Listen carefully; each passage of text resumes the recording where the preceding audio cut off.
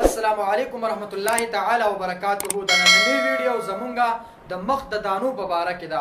آیا چې د چا په مخ باندې دانی وي یا دغه شان د هغې په مخ باندې تیر سري وي یا نور داسې قسمه څه بیماري وي،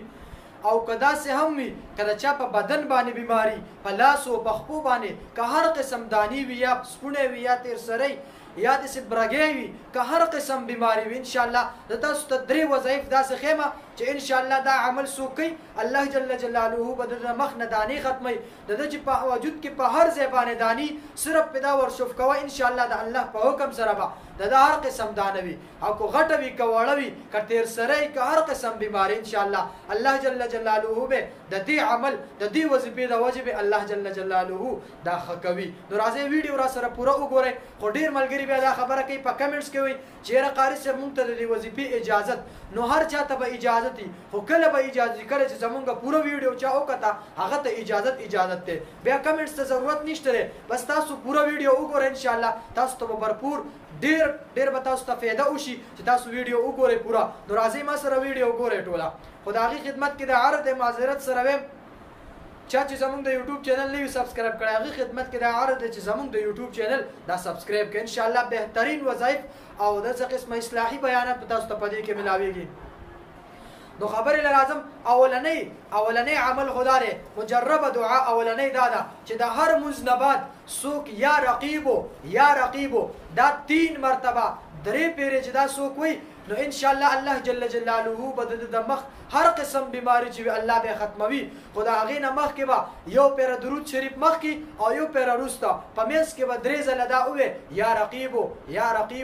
رقیبو 3 پیرې به دا ووایې 3 مرتبه، او داسې به شوف کې په لاسونو او په مخ باندې به راخ کې یا چې ستا په بدن کې په هر ځای باندې دانه وه په هغه ځګي باندې راخ کا الله جل جلاله به ستا د مخ ستا چې څومره د سکین بیماري د چمړي څومره بیماري وي الله جل جلاله به د دې دم سره هغه ښه کوي. دویم نمبر وظیفه دا ده چې د سهار د مونځ نه بعد چې بیخي په ناره باندې د سهار د مونځ نه بعد با سورة الفاتحة الحمد لله رب العالمين الرحمن الرحيم مالك يوم الدين إياك نعبد وإياك نستعين اهدنا الصراط المستقيم صراط الذين أنعمت عليهم غير المغضوب عليهم ولا الضالين آمين. دا سورة الفاتحة دا با 41 مرتبه ہوئے 41 مرتبه او دسی معمولی غنده کی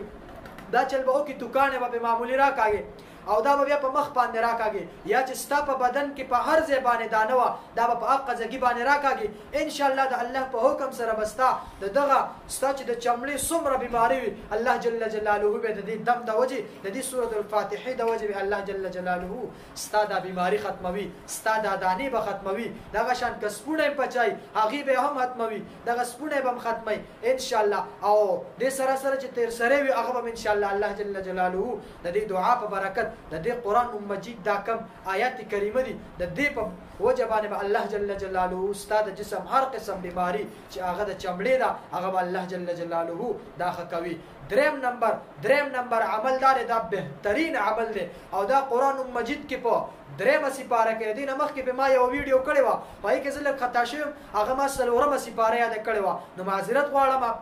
3 سپاره کې چې کوم دی 58 کا 100 نمبر آیات ته ذهن نه می اوته وما قدر الله هغه چې کوم دی هغه آیات مبارکه سره هغه دا دی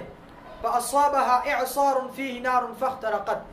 اعوذ بالله من الشيطان الرجيم بسم الله الرحمن الرحيم فاصابها اعصار فيه نار فاخترقت دا به 7 مرتبه اوه دینه به مخکم درود مبارک 3 ځله اوه 3 مرتبه او 3 ځله یعنی 3 مرتبه به دا وروسته به درود مبارک اوه او مینځ کې به 7 مرتبه فاصابها اعصار فيه نار فاخترقت دا به اوه او بیا به په حقه چې په کوم ځای باندې د دانې په هغه ځای باندې به شوف کې انشاءالله د الله په حکم سره چې ستا په چمړه کې په هر ځای باندې دانه وه انشاءالله د الله په حکم سره به د